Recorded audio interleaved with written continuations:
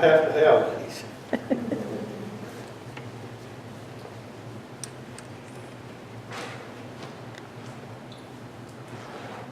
I got saved when I was 42 years old, okay? When I was younger, my mother and dad, they played music and they sang. And I was raised in that atmosphere. And from the time I was that big, it caught my interest. I wanted to do it. And my daddy, he had one old guitar and he said, "Son, if you'll learn how to play, I'll give this to you." Well, the older guitars didn't have steel reinforced necks. They had great big necks, and I was small. And I could just barely hold it, and I couldn't reach around the neck. But that was a marker. That was something I wanted to achieve. He'd offered this old guitar to my two sisters and to my brother, and they never took it up, but I wanted to. So eventually, I grew my way to where I could hold that old guitar. And I started trying to learn how to play it, and Dad gave it to me. Well, anyway, as I got bigger, music just kept coming to me. Now, I was not saved, okay? I was just a kid. But I liked to play. And for some reason, I decided I wanted to play bass guitar.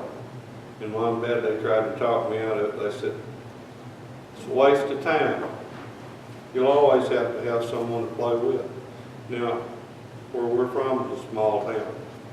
We don't have lots of things, we don't have lots of musicians. But that, I wouldn't quit. I kept on. But anyway, as I grew up, I started playing to the point that I got drafted and I went into the service. And as I went through the service, I kept on playing, and I saw in time that music is a magnet. Now you're looking at a guy, my background is not this. Zane will tell you, when I got out of the service, I became a machinist and I worked full time. And my wife had two little kids to take care of. And on the weekends, I played in bars. I played in nightclubs. I didn't do it as a hobby. I did it as a trade. And I traveled, and I might make $30 a night. And I'd take it and give it to my wife. That's what I praised him. Well, anyway, I still wasn't saved. My wife, she came to me one day and said, "Go to church with me." She said, "Allison, his sister," she's a little girl, she said she got baptized. I didn't know why, but I knew there was something there that I needed to see. And I went. And there was something that happened to me that night that I couldn't explain. She was born in June of 1975. And then in 1979, Zane was born. Karen came to me one day and she said, "Go to church with me. Zane's got saved and he's going to get baptized." Well, that same feeling came to me again, and I knew I had to go. Now you're looking at a man that when I was a kid, I never expected to really have a future. Vietnam was going on when we grew up. And as I came up through school year by year, I'd watch the older boys and they'd go off to the Army. And some of them didn't come back, and I figured this was going to happen to me probably, and sure enough I got drafted. But anyway, I got through that, and I was not looking for a family, and I met my wife during the course of the time I was in, and when I got out, she moved from California. We started dating and got married and had these kids, but I wasn't looking for a family. All I was looking for was getting drunk, playing guitars, living for the minute.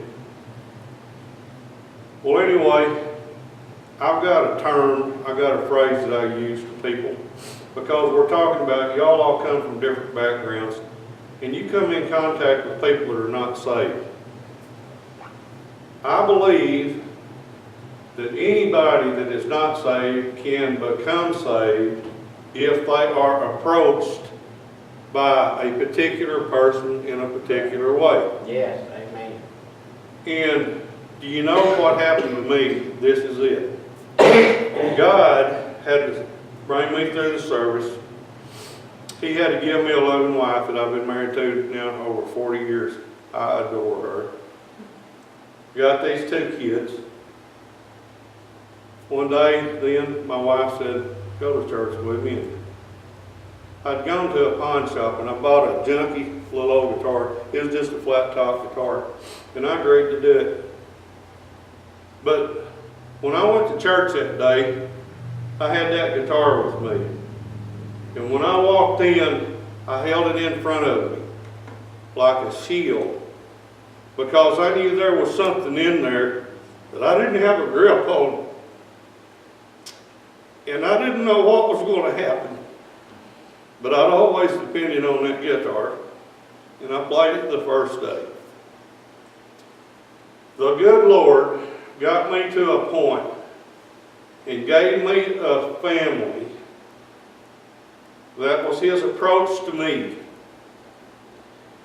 And we had a revival one night, and I happened to go there, and this man, he had the right words, and as he spoke, something happened to me.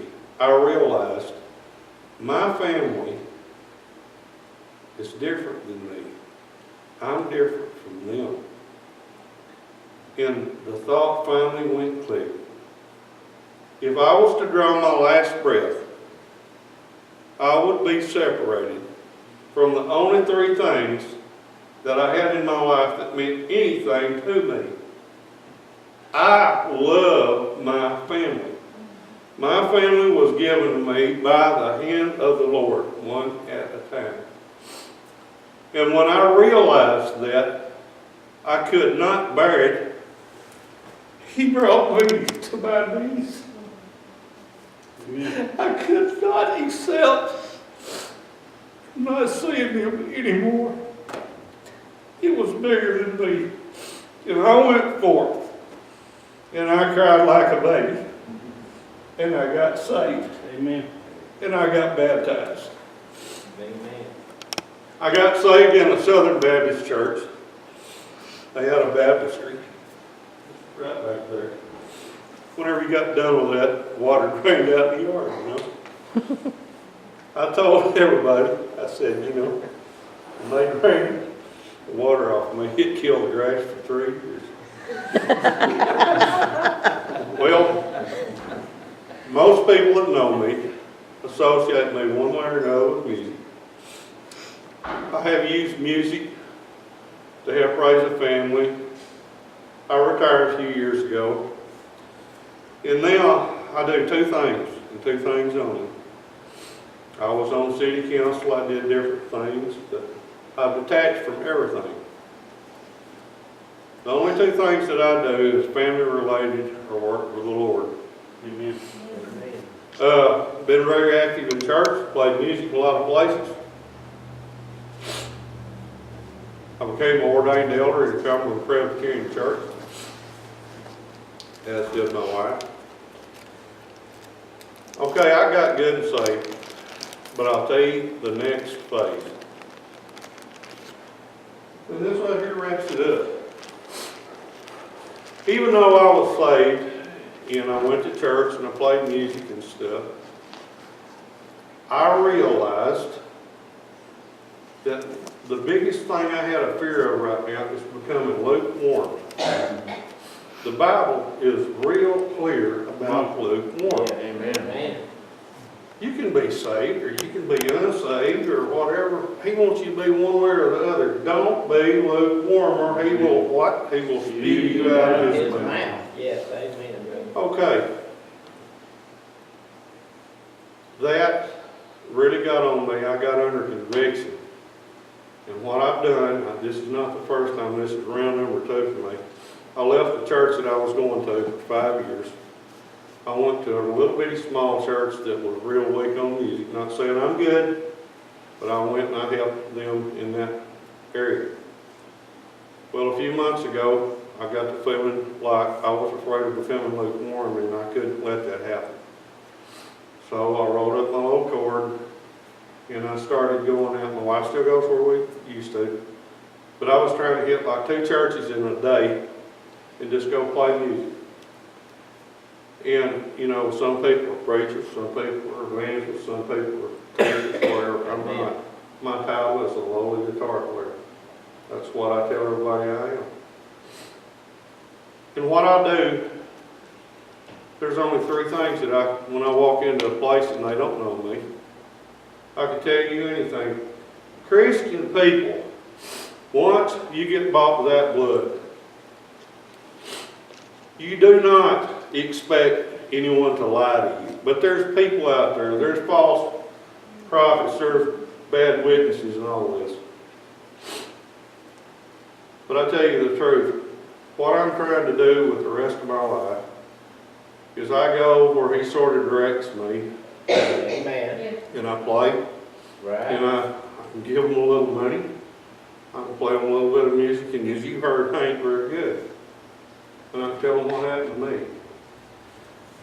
But this is what I see. And you've all even noticed it today. We're in a world of big technology.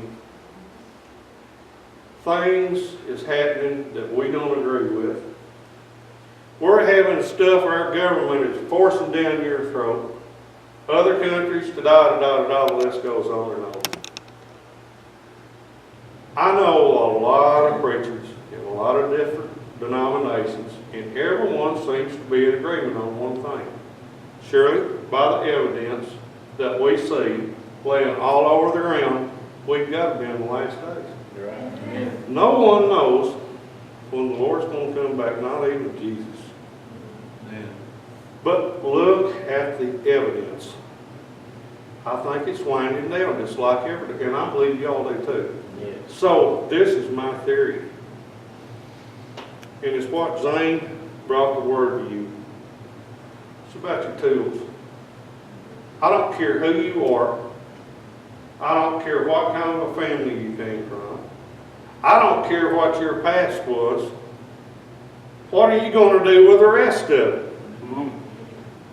Okay? What I'm trying to do and talk to people about and witness, I'm trying to be a peacemaker. I want to tell you something that gave me problems once I got grown, before I got saved. I drive down the road. Yeah, I noticed there was a church, there's one over here. I wasn't stopping at none of them. You know what I thought? This one had a name over the door. That had a name out in the yard. Different denominations.